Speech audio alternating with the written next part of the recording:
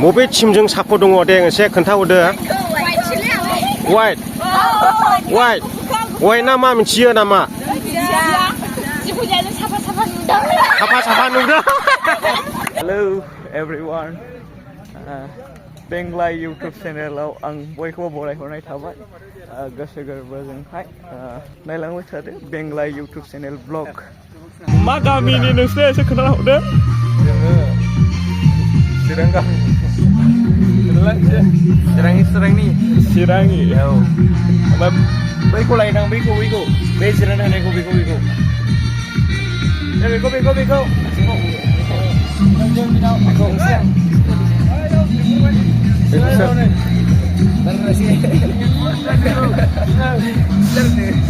मा गामिनि नोंथांमोना एसे खोन्थाना हरनो हागोन नामा जोङो रोनिखातानि चिरां रोनिखाता नामखौबो एसे सोंदोब्रा गामिनि नामाखौ बुंना होबाय चिरां रोनिखाता आरो बिसोर केन्डिडेट हिसाबै बिजाथि हिसाबै गसंनाय सार सुदुआ बिथां आरो लोगोसे जोंनिनो निसिमा समष्टिनि NCLA बिथां जेम्स जों साफ्रोमनिबो जिउआव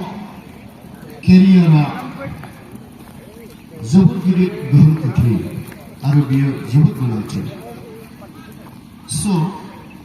फुटबल गेलेनाय ओमफ्राय सानैबो मेडेल गालाय ना मा खालामदों नोंसोरलाय बिथाङा दिनै फार्स्ट टाइम हाबबाय बांसिन सालारि मोननाय खेलायाथ' मोजां ओमफ्राय बिथांनि सालारिया बिथांमोना जाहैबाय चिरां दुवारनि जोंनि चिरांनि आरो नायदो नोंथांमोना फुटबल गेलेनानै गोबां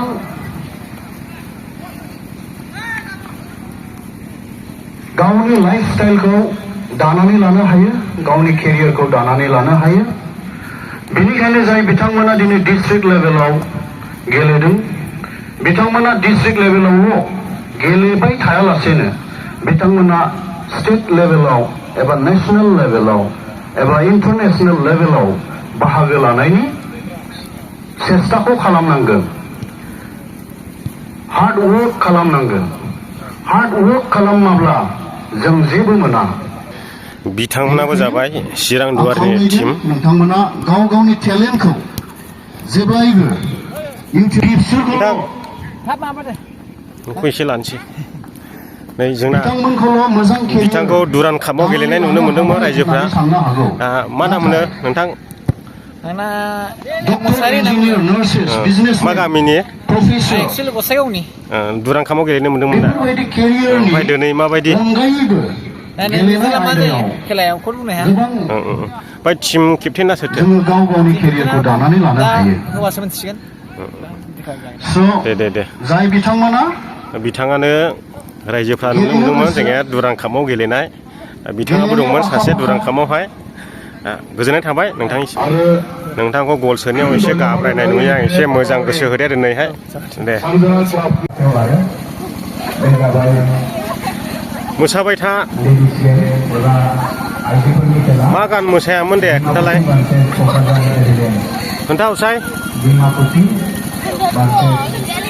मा गान मोसाग्राफ्रानो जि मोखां फांथेयो खोन्थालाय सोरबा खोन्थासाय जानजिया खाफ्रा ओमफ्राय जानजि खाफ्राना मा खालामखो नोंसोर खोन्थालाय मा खालामखो मोसादों आदसा दे मा गामिनि खोन्थासाय मा नाम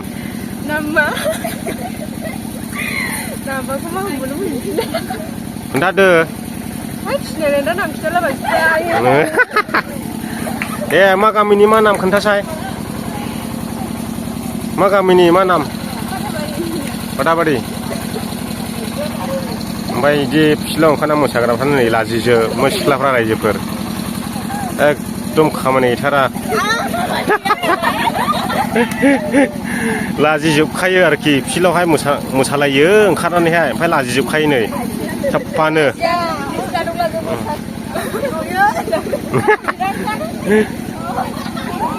सिख्लाफोर ओमफ्राय मोसानायाव नोंसोरनो रावबो गिफ्ट होथाराखिसै होआखिसै उनाव होगोनदां गदसि बुंखायाखै मोननायालाय मोजां मोनदों जानो मेथाइ मेथाइ जानो औ मैया 300 थाखा मोनदों आये दे आरो मोनबावगोन आरो मोनबावगोन औ फाइनालाव मोननायनो ए रायलायखानाय दंदां औ बा दे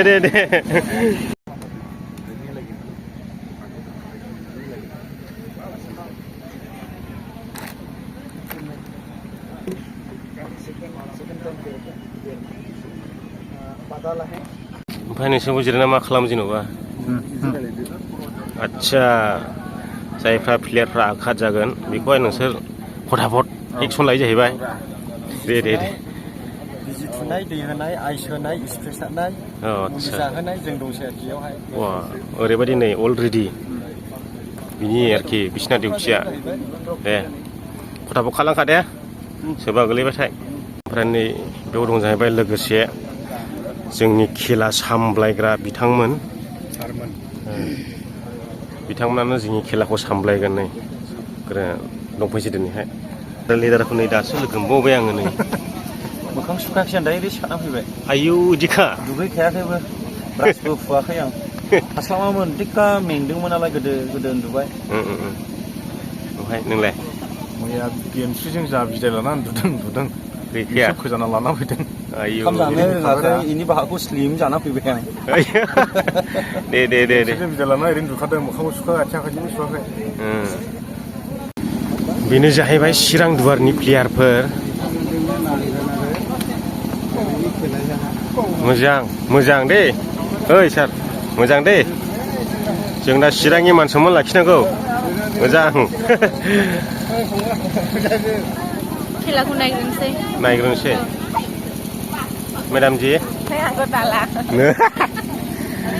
सोरजों सापर्ट वाइटआ जाबाय जोंनि चिरांनि ना जोंनिया मोसाखावरिफ्रा बबे टिमजों सापर्ट दङ दे एसे खोन्थाहरदो वाइट ना मा मिथियो नामा साफा नुदों नोंसोरलाय सोरजों सापर्ट वाइट गोजा वाइटआ जाबाय जोंनि चिरांनि मिथिबाय जोंनि चिरां दुवार जोंनि डिस्ट्रिक्टनि सिङाखौनो बुंदों सिख्लाफ्रा वाइटजों सापर्ट दंजोबोनो वाइटआ जाबाय नामखौ मिथिया दा चिरां दुवार जोंनि चिरांनि मिथिबाय बिथांमोनानो जाबाय जोंनि चिरां दुवारनि टिम जाहैबाय नायदो नोंथांमोना स्टेन्ड बायाव जिरायबाय नामा दे दा मोनगोन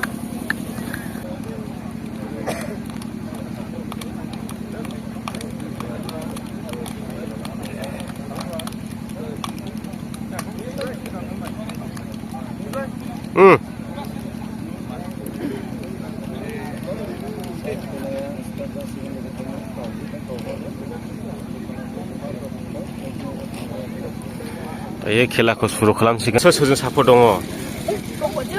गफर ना महैनि जोंनि खेला स्टार्ट जाबाय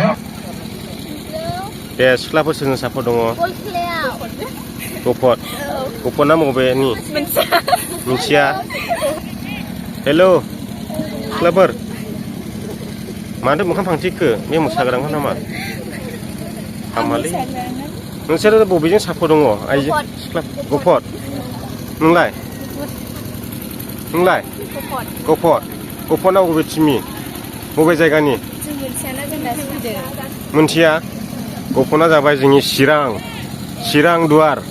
मिथिबाय नोंसोर थिगखौनो बुंदों गावबा गावनि डिस्ट्रिक्टजों सापर्ट खालामदों नै सिख्लाफ्रा बयबो ओमफ्राय नामखौल' मिथिया आरोखि खोन्थाबाय आं ओंखायनो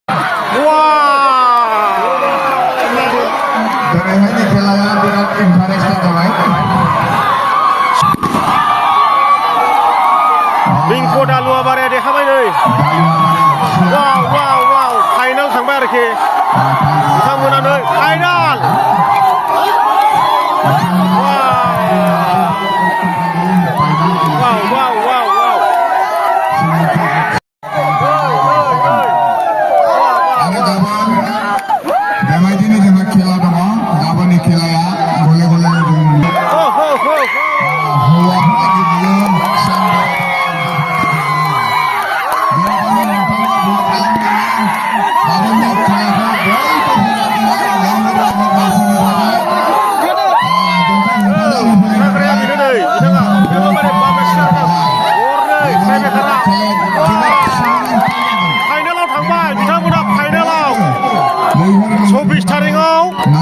बालिबिथा सिनायथि एफसिजों फाइनाल गेलेगोन बिसोरो बेजों लोगोसे मोनसे गोजोनथाव खौरां फुल सापर्ट दङ नै बिथांमोना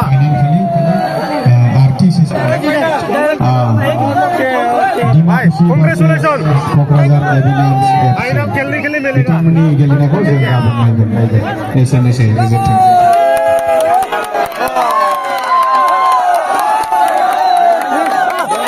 थाङै थुङै लास्टआव ट्राइबेकाराव थांदों बरिया ओमफ्राय ट्राइबेकारावबो गरसे सोनो हायाखैमोन ओमफ्राय जिखुनु जोङो पियर बर' होबायनो खम जानानै दस्रा किपार सोलायबाय ओमफ्राय जोङो बै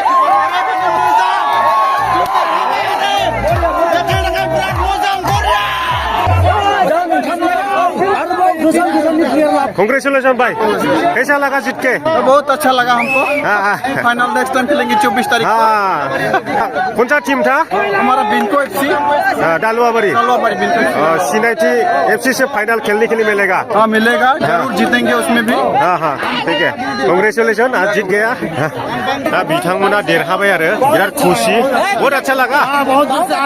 जीत गया फाइनल में अच्छा करता है कंग्रेचुलेसन 24 तारीख के बराबर लेके जाएंगे बिथांमोना फाइनालाव थांबाय सिनाइटी एफसिनि एगेन्स्टआव गेलेगोन फैगौ 24 तारिखआव